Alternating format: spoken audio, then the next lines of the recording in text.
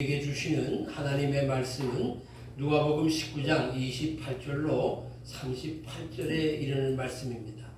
누가복음 19장 28절로 38절입니다.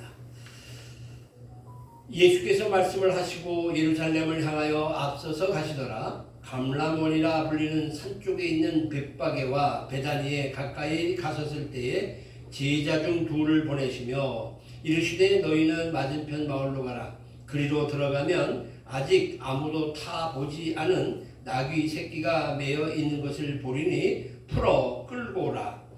만일 누가 너희에게 어찌하여 푸느냐 묻거든 말하기를 주가 쓰시겠다 하라 하시매 보내심을 받은 자들이 가서 그 말씀대로 만난지라. 나귀 새끼를 풀 때에 그 임자들이 이르되 어찌하여 나귀 새끼를 푸느냐 대답하되 주께서 쓰시겠다 하고 그것을 예수께로 끌고 와서 자기들의 겉옷을 나귀 새끼 위에 걸쳐놓고 예수를 태우니 가실 때에 그들이 자기의 겉옷을 길에 펴더라.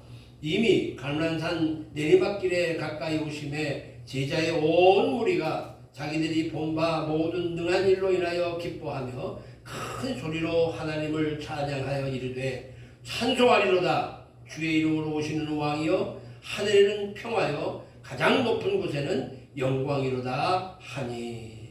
아멘. 우리 오늘은 종료주일입니다. 예수님께서 예루살렘 성에 입성하신 날이기도 하죠. 종료주일과 함께 이 한 주간을 우리는 예수님께서 고난을 받으시고 십자가에 돌아가셨다 해서 고난주간이라고 말을 합니다. 종료주일은 예수님께서 예루살렘 성에 들어오실 때에 환호하는 무리들이 종려나무 가지를 흔들면서 호산나 하고 환영한 데에 붙여진 이름입니다. 예수님께서 어린 나귀를 타시고 예루살렘 성에 들어가자 많은 사람들이 호산나 하고 그를 찬양합니다. 종려나무 가지를 흔들고 자기의 겉옷을 벗어서 길바닥에 깔아놓고 주님이 지나가시도록 배려를 합니다.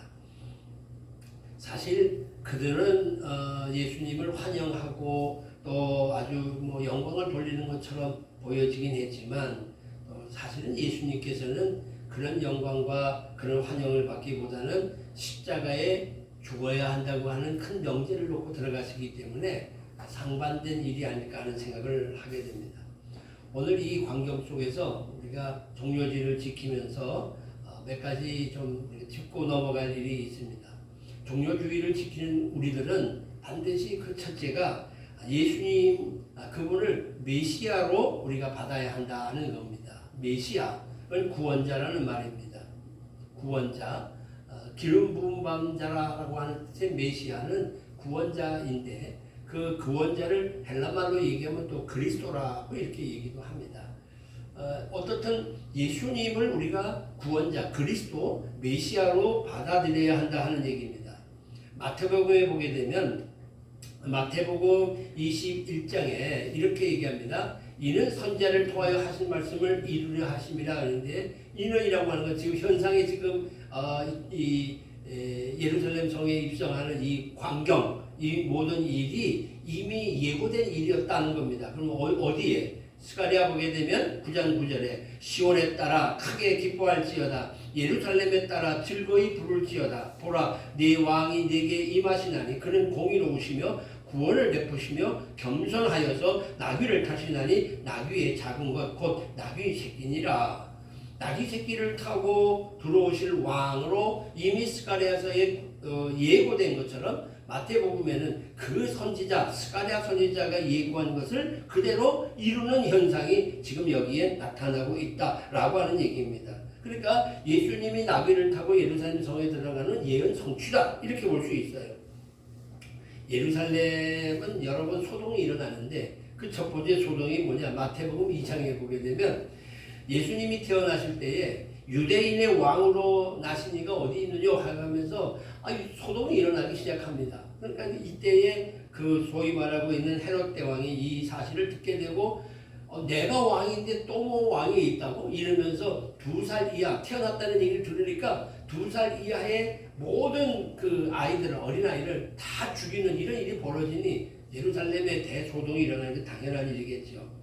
근데 예수님이 이제 성장하시고 스스로 자각하시고 하면서 우리가 말하는 공생애가 시작되는 30살이 되었을 때에 사람들이 예수님이 메시아가 아닌가라고 하는 질문을 계속적으로 하죠. 그때에 예수님은 나는 아니야 하는 부정이기보다는 침묵적 자세를 택하셨습니다.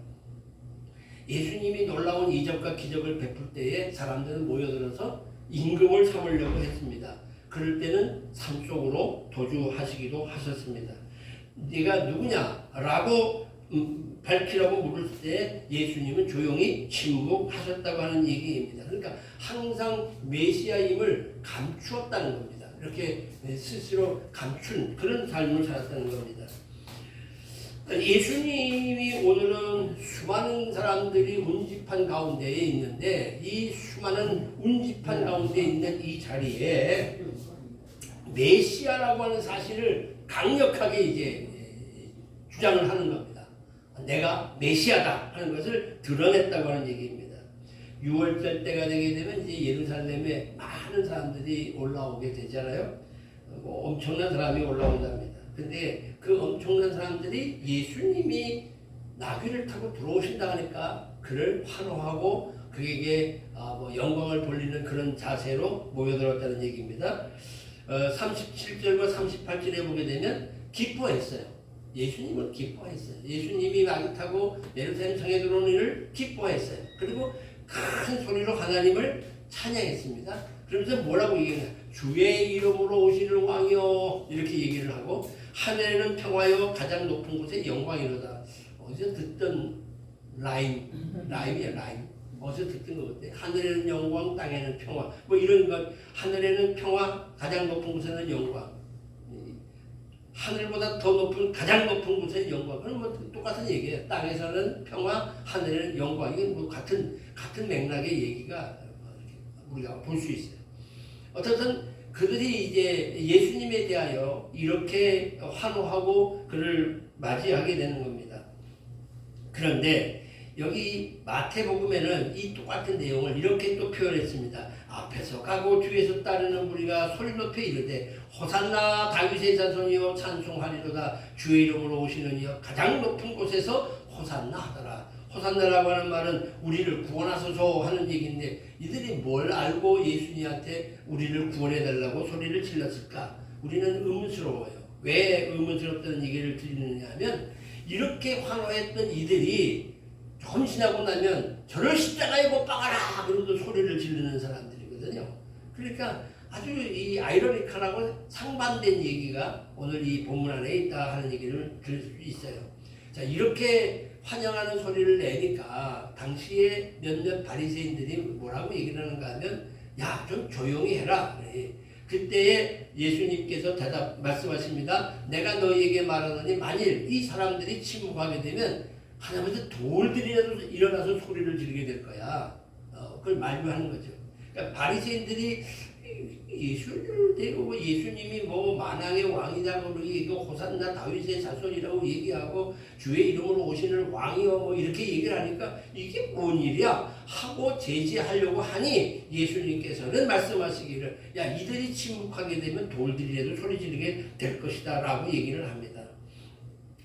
다시 말하면 호산나 찬송이라고 얘기하고 있는 그 당시의 사람들의 마음속에는 예수님이 메시아다라고 하는 생각을 분명히 가질 수 있었다고 하는 얘기입니다. 그런데 그 메시아는 그저 단지 자기네들의 주변에 있는 자리에서 건져내어 주실 구원자 정도로만 생각한 거예요. 병든 자가 고침받는 자, 가난한 자가 복받고 평안한 삶을 살아가는 그런 일에만 관심을 가졌지 죄의 문제, 죽음의 문제에 대해서까지는 생각하지 아니했다고 하는 얘기입니다. 예수님이 메시아로 오셔서는 그리고 우리의 구세주가 된다고 하는 것은 그 죄의 문제를 해결하고 죽음 가운데서 우리를 구원하시려고 하는 큰 하나님의 계획이 있음에 인간들은 사람들은 단순히 자기들의 처지에서 벗어나는 일에만 관심을 가졌다고 하는 얘기입니다. 그래서 우리가 다음번에 생각할 수 있는 건 뭐냐면 그분을 나의 왕으로 직접 모셔야 됩니다. 메시아로, 구원자로 우리가 예수님을 영접하는 일뿐만 아니라 정말 내 삶의 왕으로 모셔드려야 되는 거다.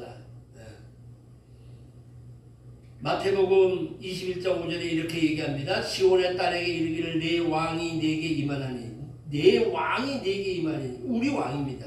그는 겸손하여 나귀 곧 멍에 매는 짐승의 새끼를 탓도다 하라 하였느니라. 스가랴서 9장 9절의 말씀을 그대로 인용해서 우리의 왕으로 그를 받아들여야 된다는 겁니다. 예수님을 향하여서 아까 조금 아까 읽었던 내용에 보게 되면 주의 이름으로 오시는 왕이라고 얘기를 합니다. 그런데 그렇게 메시아로 왕으로 모시려고 했던 이스라엘 백성들, 그 당시에 예수님을 환영했던 무리들은 이기적인 목적이었다는 거예요. 이기적인 목적. 왜? 조금 아까 제가 얘기 드렸잖아요. 그렇게 얘기했다가도 저를 십자가에 못 박으라고 돌변해버리거든요. 그들의 생각 속에는 이렇게 생각하는 겁니다. 예수가 오셔서 로마로부터 지금 우리가 핍박과 어려움을 겪는데 이 핍박과 어려움 속에서 우리를 건져내주는 정치적인 문제를 풀어주는 분으로 생각을 하고 또 그분과 함께 힘을 모아서 독립하고 그 다음에 자유정부를 세우는, 그러니까 쉽게 얘기하면 육신의 지도자 정도로 메시아를 온 거예요. 예수님을. 또 예수님을 따라다니면서 병든자가 고침받고 가양각색의 기적을 보고 오병이어로 떼어줄 때에 많은 사람이 먹고도 남는 식생활의 문제가 해결되는 걸 보면서 이분 따라다니게 되면 이런 모든 게 다 해결되겠구나 라고 하는 육적인 욕구 문제를 채워주는 분 정도로 생각을 한 거란 말이죠. 그런데 그 일이 이루어지지 않으니까 결국은 십자가에 못 박으라고 소리를 지르게 된 겁니다. 그러니까 예수님을 호산나 다윗의 자손이요 주의 이름으로 오시는 왕이로다 이렇게 얘기를 했다 하더라도 예수님을 진정으로 왕으로 환영한 것은 아니지 않느냐 하는 겁니다. 요한복음 1장 11절에 보게 되면 자기 땅에 오매 자기 백성이 영접하지 아니하였으나, 그러니까 예수님은 자기 땅에 오셨어요. 분명히 자기 나라에 오셨음에도 불구하고 자기 백성이 영접하지 않았다는 겁니다. 많은 사람이 예수님을 진정으로 왕으로 모셔드리지 않았다는 겁니다. 예수님은 친히 몸버려 피 흘려 죽기까지 우리를 섬기시고 또 우리를 위하여 이제 죽음의 문제를 해결해 주시고 하는 이런 분으로 보아야 되는데, 조금 아까 말씀드린 것처럼 단지 육신의 지도자 정도로만 보게 되었던 것은 무엇이 문제냐? 믿음의 눈이 띄어지지 않았기 때문에 그렇다. 교회에 오랜 동안 신앙생활을 하고 열심히 교회를 나왔어도 이 문제를 알지 못하고 신앙생활을 하고 교회를 왔다 갔다 하는 사람이 참으로 많다는 거예요. 그러다 보니까 교회가 생명력을 잃어버리는 거예요. 이것을 갖고 있으면 생명을 잃어버리지 않아. 아무리 식구가 작아도 이 힘이, 강력한 힘이 있는데 아무리 많은 사람이 모여도 하더라도 이것을 알지 못하게 되면 결국은 그 신앙적 힘을 잃어버리는 게 되는 것이라는 겁니다. 여러분, 12 제자 가운데에 예수님을 배반한 제자도 있잖아요. 가룟 유다, 은 30냥에 예수를 팔잖아요. 그렇게 예수님을 따라다니는 사람이고, 가룟 유다는 우리가 소위 말하는 지난번에 말씀드렸잖아요. 여러 당을 얘기할 때 열심당, 제로당이라고 하는 열심당에 가슴에 칼을 품고 다니면서 어떻게 하든지 로마 독립을 위해서 애를 쓰는데 예수님이 그러니까 대단한 분이야. 그래서 그분하고만 관계를 잘 맺게 되면 이거 나라 구하는 일을 쉽게 할 수 있겠다 하니까 따라다니는 거예요. 그런데 어느 정도 이제 될 것 같았는데 이분이 점점 위치가 올라가다 보니까 이분이 하는 말이 나 이제 죽을 거야 하는 죽는 얘기를 자꾸 하시는 거예요. 죽은 다음에 사흘 만에 내가 다시 산다는 얘기에 대해서 귀에 안 들어온 거야. 죽는다는 얘기가 먼저 확 들어오고 나니까 다시 사는 부활의 문제를 생각하지 못하고 그들이 따라다닌 거예요. 그러다 보니까 결국은 어떻게 돼요? 예수를 파는 이런 자리까지 놓이게 되는 겁니다.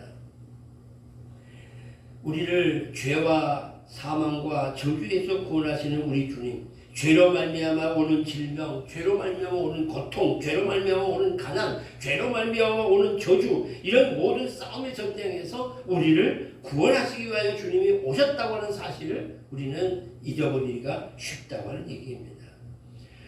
우리를 괴롭히는 원수 마귀 사단의 세력으로부터 십자가의 부활의 능력으로 파멸하시고 우리를 구원하시는 왕으로 오셨다는 겁니다. 그런데 그 왕이 교만하지 아니하시고 어떤 권위를 내세우지 아니하시는 겸손의 왕으로 오셨음을 나귀 새끼를 타고 오심으로 우리에게 보여주셨다는 겁니다.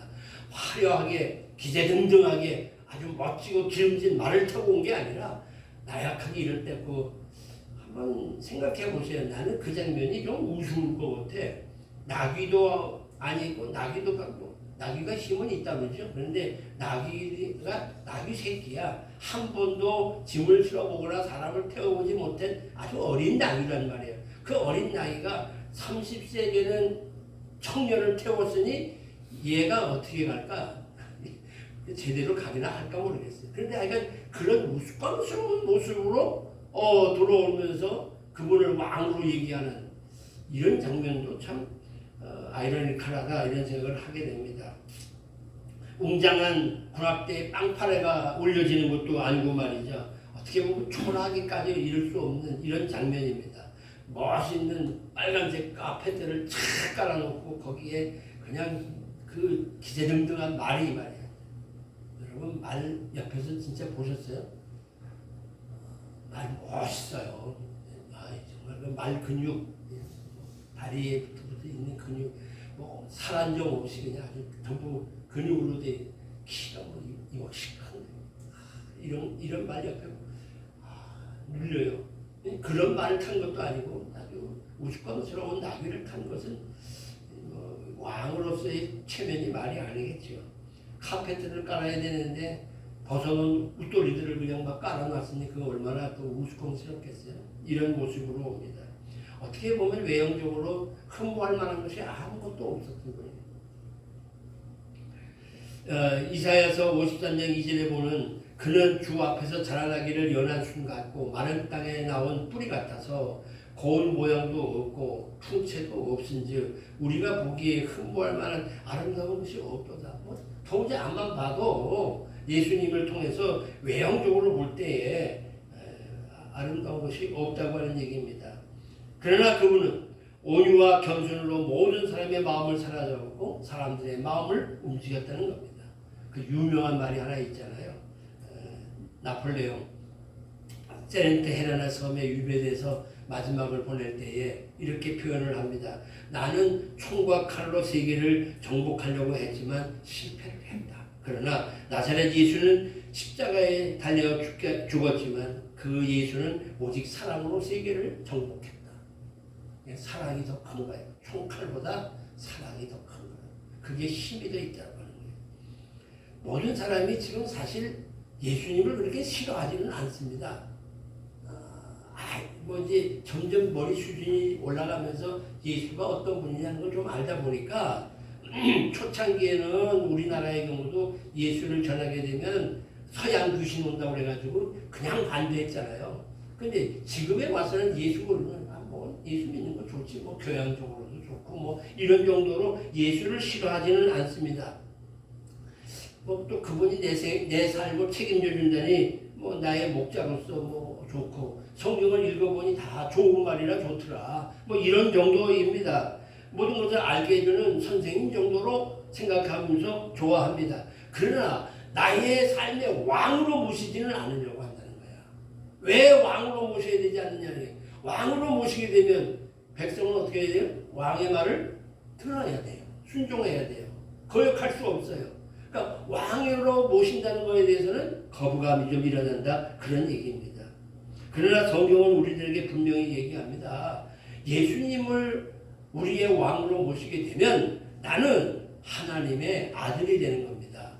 여기 요한복음 1장 12절 13절 영접하는 자 곧 그 이름을 믿는 자들에게는 하나님의 자녀가 되는 권세를 주셨으니 하나님의 자녀가 되는 권세를 줬는데 이는 혈통이나 육종으로 난 게 아니에요.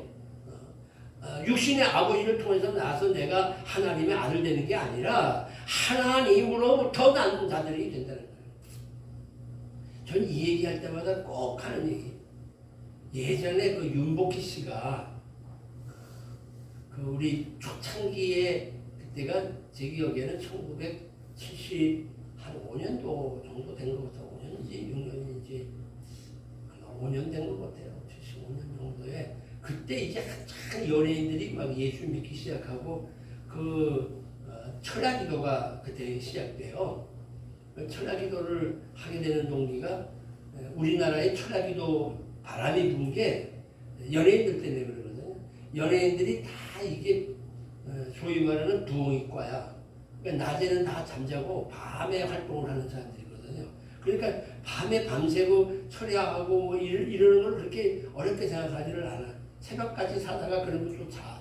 뭐 4시, 5시 돼서 그때부터 자고 그 다음에 뭐 한 11시, 12시 일어나. 그리고 그때 오후부터 이제 활동하는 거예요. 그게 이제 연예인들 아닙니까? 그러다 보니까 밤에 모여서 우리가 이렇게 기도하자. 그때는 철야기도라는 표현보다 밤에 모여 기도하자 그래. 그때 이제 한참 믿음을 갖고 이 회복하고 믿음을 회복하고 함께 모이고 하는 분이 이제 윤복희 씨라든가 구공소 씨라든가 곽규석 씨가 이런 분들이 이제 하용조 그 당시에 전도사 온누리 교회 담임 목사 하시다가 세상을 뜨신 그 하용조 전도사 때에 모여서 그런 모임을 많이 가졌어요.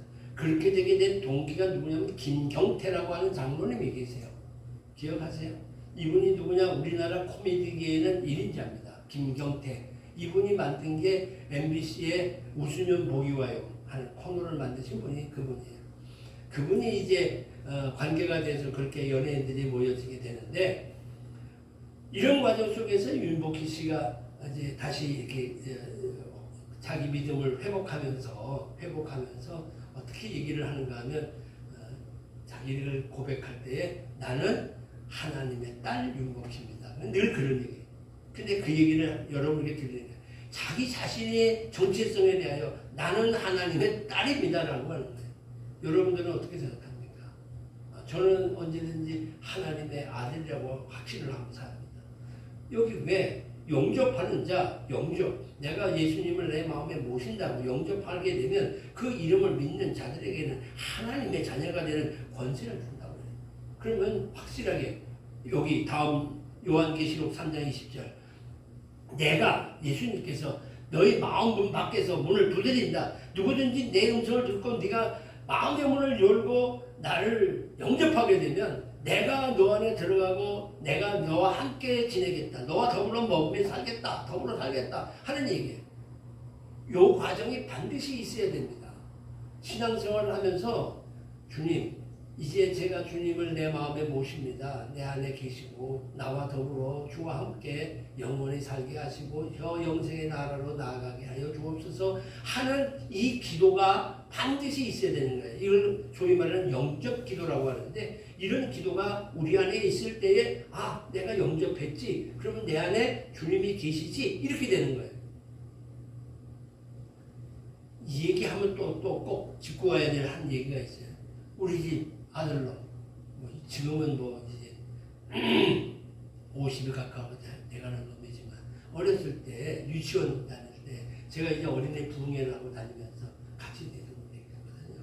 어느 날 아이가 뛰어들어오더니 지 엄마한테 엄마 나 큰일 났다. 왜?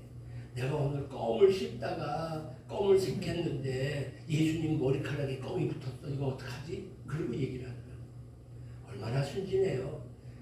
다시 말하면 지 속에 지금 예수님이 계신다는 거야.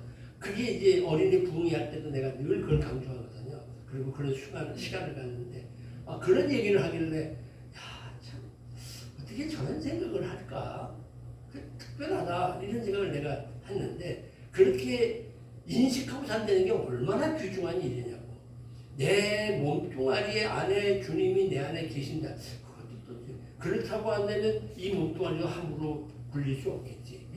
내 마음도 함부로 쓰면 안 되겠지. 내 입이 더러워지면 안 되겠지. 내가 더러운 것을 봐도 안 되겠지. 내가 더러운 얘기를 들어서도 안 되겠지. 내가 더러운 곳에 가서도 안 되겠지. 뭐 이런 생각이 들지 않겠어요?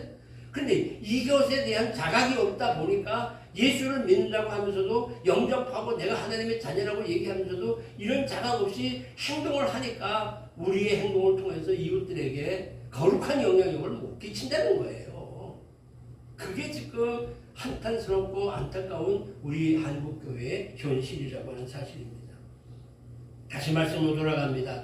영접하는 사람에게는 만왕의 왕이신 여호와 하나님의 아들, 딸이 된다고 하는 사실이고, 우리가 그의 말씀에 순종하고 살아갈 때에 우리는 특별한 하나님의 은혜의 삶을 살게 된다는 겁니다. 이게 종려주일의 의미라고 하는 겁니다.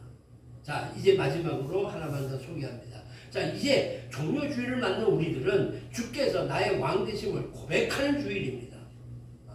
이제 두 가지를 얘기 드렸잖아요. 그러면 메시아로 또 예수님을 나의 왕으로 이렇게라고 한다면 이 종려주일은 이제 나와의 관계 속에서 주님이 나의 왕 된다고 하는 사실을 고백하는 주일이기도 한다는 얘기입니다.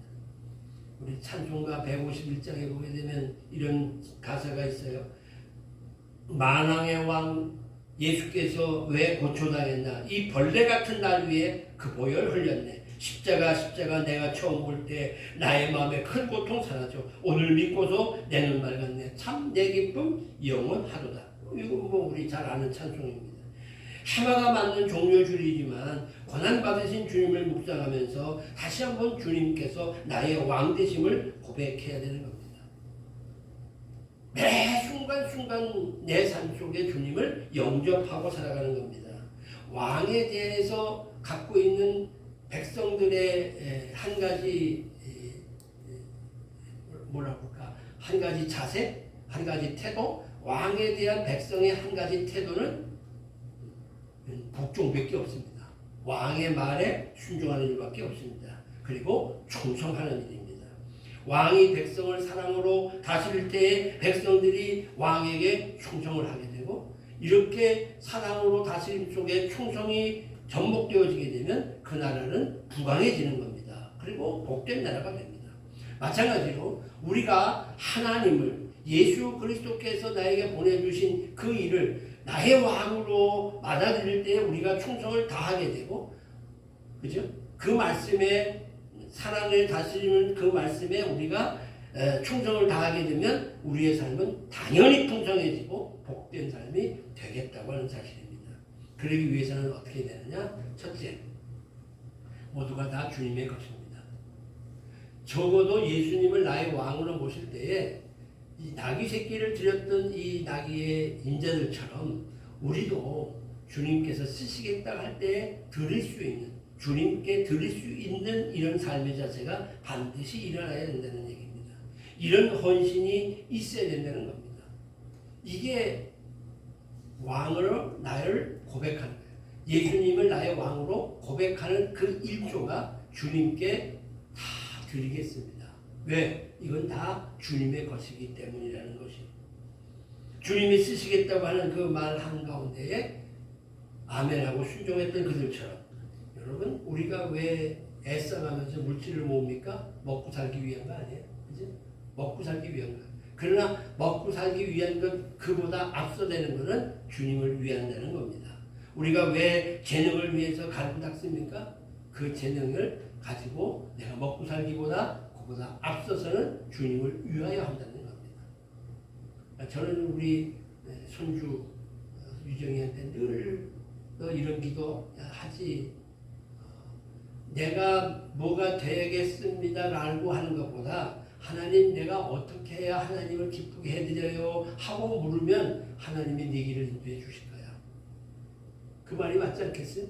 하나님, 내가 어떻게, 내가 의사 돼서 하나님 기쁘게 해드릴게, 나 의사 되게 해주세요 라고 하는 기도보다, 하나님, 내가 뭘 해야 하나님께서 기뻐하시겠어요 하다 보게 되면 의사가 안 되고 하다 못해 버스 운전 기사가 돼도 하나님을 기쁘게 해드린다면 그게 얼마나 더 영광스러운 일이겠어요. 왜 우리 눈으로 보면서 크고 많고 높고 그래야만 그게 하나님께 영광 받을 것이고 작고 어려운 하나님께 영광 안 받을 거라고 생각하냐 이거지. 작은 교회를 다니고 작은 교회를 다니면 하나님이 영광 안 받으실 것이고 큰 교회를 다니고 큰 교회를 다니면야 하나님이 기뻐하실 거라고 어디 그런 데가 있어요? 어디 그런 데가 있어요? 내가 진정으로 하나님을 사랑하고 하나님이 나에게 베푸신 사랑을 내가 깨닫고 산다면 이보다 이게 다 주님의 것이라는, 이게 다 주님의 손 안에서 움직여지는 일이라고 믿는 거예요.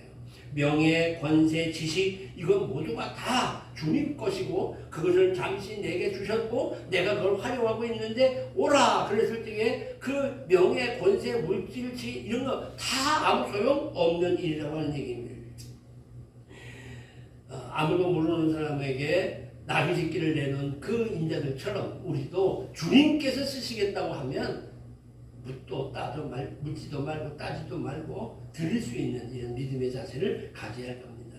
두 번째로 우리가 나의 왕되심을 고백할 때에 주님을 존귀히 여겨야 되는 거예요. 이 존귀히 여긴다는 것은 내가 살아있어서 갖고는 안 되는 거예요. 자존심을 버려야 되는 거예요. 내가 자존심을 버리는 최고의 존경심을 주께 드린다고 하는 얘기입니다. 예수님이 입장하실 때에 그들이 자기의 겉옷을 벗어서 바닥에 깔았어요. 겉옷은 신분을 가져. 겉옷이 어떤 겉옷을 걸쳤느냐에 따라서 그 사람의 지위가 결정되는 거예요. 그런데 그 지위가 결정되는 그 신분의 옷을 벗어서 예수님 가시는 그 길에 겉옷을 깔아드렸다고 하는 이 사실은 자기의 모든 자존심을 주님께 드렸다는 얘기예요. 길바닥에 깔면서까지 주님께 밟으면서까지 자기의 자존심을 다 내려놓고 주님을 높였다 하는 얘기입니다. 사실 주님을 못 믿는 사람들 중에 대부분은 다 자기 자존심이 너무 강해서 그래요. 지가 알고 있는 게 다라고 생각하는 자존심이 있기 때문에 그래요. 참 믿음의 사람들은 그 자존심마저도 다 포기합니다. 어떤 사람들 무릎 꿇고 기도하는 자리에서 기도하기를 싫어합니다. 왜요? 바지 구겨지는 자존심이 상해질까 봐. 바지가 구겨지는 것 때문에 그게 자존심이 상해서 그래요. 아멘을 크게 못하는 사람들이 있어요. 자존심 때문에 내가 이거 아멘 하면 되지 뭘 그렇게 아멘 하고 그렇게 소리를 지르냐. 자존심 때문에 그렇게 합니다. 남들 앞에서 식사기도 때 눈 한번 찔끔 감습니다. 남이 뭐라고 볼까? 자존심, 남의 눈빛 때문에 그렇게 못한다는 얘기입니다. 자존심 때문에 담대하지 못하는 우리들의 모습들을 보게 되면 그걸까지도 내려놓아야 주께서 나의 왕 되심을 고백하는 거예요. 제가 항상 얘기하잖아요. 하나님을 하나님으로 인정하는 일은 두 가지다. 하나님을 하나님으로 인정하는 게 있는데 내가 진짜 하나님으로 인정하고 내가 평생을 삽니다 라고 할 때 두 가지. 그게 뭐냐? 그 첫째가 주의를 지키는 거예요. 주의도 못 지키면서 내가 하나님을 하나님으로 인정합니다. 네, 그건 말이 안 돼요. 말이 안 되는 거 사실. 무슨 사회적인 이유가 있고 내가 먹고 살기 때문에 할 수 없어 주의를 못 지키니까 뭐 거기까지밖에 안 되는 믿음이에요. 또 한 가지 주께 물질을 못 드리는 거, 11조 생활을 못하는 거. 그것도 못하면서 내가 주께서 받은 모든 것을 다 주님께 드립니다. 모두가 다 주님의 것입니다. 다 자기 자신을 속이는 일이요, 하나님을 속이는 일이에요. 못할 수 있어요. 그러나 그 못할 수 있는 상황 속에서도 최선을 다하는 모습, 그것이 진정으로 주께서 기뻐하실 일이라고 하는 얘기입니다. 거기에 신앙의 자존심을 내놓는 겁니다. 말씀을 마무리 짓습니다. 주님이 예루살렘 성에 입성하실 때에 자기 것을 주님의 왕으로 오심에 쓰일 수 있다면 두말 없이 헌신했던 이 충성된 자가 있었던 것처럼 우리 역시도 자존심을 땅에 깔아버리고 그리고 주님을 높여드리고 존귀히 여기는 그리고 호산나 외치는 삶이 되어야 될 줄 압니다. 바로 그런 사람들을 주님께서 오늘도 찾고 계신다는 사실입니다. 주님을 나의 왕으로 모시고요. 그렇게 살아가기 위해서 그분을 찬양하고 그분에게 순종하고 그분에게 드리며 존귀히 여기고 그분 앞에 기도하는 삶을 살아갈 때에 왕 되신 주님을 기쁘시게 하는 참 믿음의 삶이 될 줄 믿습니다. 이런 축복과 은혜가 우리 모두에게 오늘 종료주를 통하여 임하기를 주님의 이름으로 축원합니다. 사랑의 아버지 하나님 은혜를 감사합니다. 오늘도 저희들을 주님의 거룩한 전에 부르시고